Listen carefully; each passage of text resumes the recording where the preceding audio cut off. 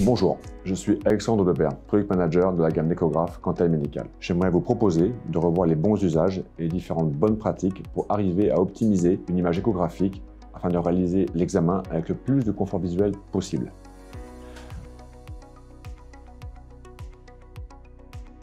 Après avoir allumé la machine et choisi le bon utilisateur, je rentre, grâce à l'écran tactile ou clavier physique de mon EvoTouch, les différents éléments d'identification du patient, afin de rattacher les images et les différentes mesures qui sont réalisées au bon dossier. Mais je peux également réaliser un acte éco-guidé sans avoir besoin de produire un rapport d'examen, auquel cas je n'ai pas à créer de fiche patient, et je peux directement passer à l'étape réglage d'image.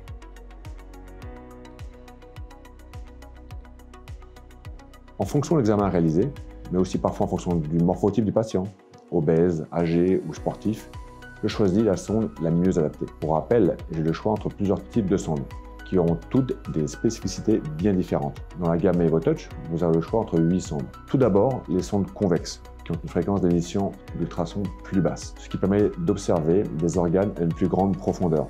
Mais la contrepartie est que l'image générée sera de forme trapézoïdale et avec une définition différente qu'avec une sonde de plus haute fréquence. Il y a aussi des sondes linéaires. Il en existe de différentes tailles et elles ont généralement une fréquence élevée, plus élevée que les sondes convexes, ce qui permet d'avoir une très bonne définition sur les zones plus superficielles.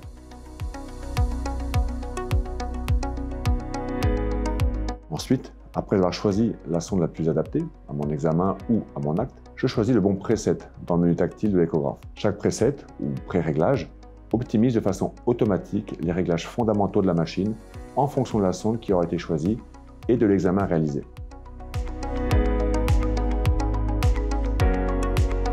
Une fois le bon preset choisi, je mets le gel et je pose la sonde sur le patient. Je peux alors, en fonction de la morphologie et de l'échogénicité du patient, ajuster la profondeur et la fréquence d'émission des ultrasons. Pour rappel, une fréquence basse permettra une meilleure pénétration des ultrasons dans les tissus. Une fréquence plus élevée offrira une meilleure image en superficielle.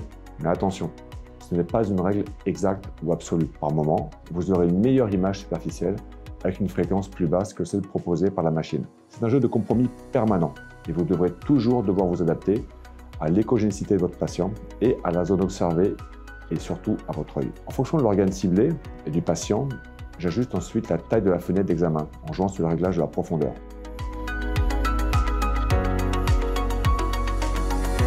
Une fois ma cible repérée et positionnée au centre de mon écran, j'ajuste alors le point de focale. Le point de focale, représenté par la flèche orange sur l'écran de l'EvoTouch, est la zone de focalisation des ultrasons. C'est un peu le même fonctionnement que le réglage de la focale ou de la mise au point avec un appareil photo. La zone désignée sera celle avec la plus grande netteté.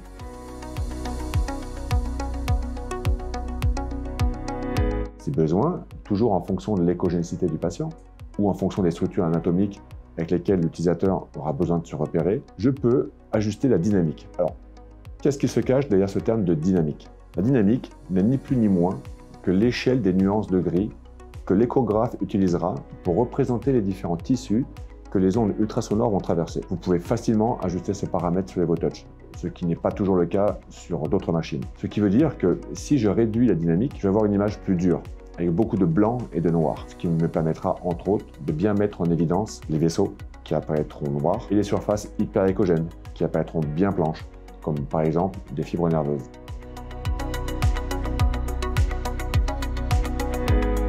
Enfin, pour optimiser encore votre confort visuel, vous aurez à régler le gain. Ce réglage joue sur la brillance de l'image, sur l'intensité générale du signal que l'échographe va restituer à l'écran. Vous avez également la possibilité de régler le gain par niveau de profondeur en utilisant l'échelle TGC, ce qui vous permettra de mettre plus ou moins en évidence certaines structures anatomiques. Il est fondamental de toujours réajuster les paramètres de base en fonction des profils des patients. Certaines fois, les presets de base offriront la bonne image en fonction de ce qu'on recherche, sans avoir à toucher le moindre bouton. D'autres fois, pour des patients plus compliqués ou moins échogènes, il sera nécessaire d'ajuster certains réglages. Vous pourrez le faire d'autant plus facilement que la gamme EvoTouch possède une fonction de contrôle vocal qui vous permet de contrôler facilement et à distance les principaux paramètres de réglage d'image. Sur la gamme EvoTouch, pour faciliter la tâche de l'utilisateur, après avoir ajusté précisément tous les réglages, vous pourrez les sauvegarder et les retrouver très facilement. Par exemple, le même type d'examen ou le même type de patient. Vous n'aurez plus qu'à choisir le réglage que vous aurez créé pour vous. De plus, il existe d'autres outils intégrés à nos machines qui vous permettront de magnifier encore plus l'image, comme différents types de lissage ou d'ajustement d'intensité. Ces réglages, plus techniques, vous seront présentés par nos équipes lors de l'installation des échographes, tout comme les fonctions uniques, telles que l'Evo App, qui vous permet de connecter un iPad avec l'échographe, afin d'avoir un second écran, mais aussi d'avoir un accès aux différents réglages directement depuis la tablette. J'espère que ces quelques conseils pratiques pourront vous servir et vous aider à ajuster l'image de la meilleure des manières possibles. Nous restons, avec les équipes de Quantum Médical, à votre entière disposition pour plus de précision ou des questions plus spécifiques.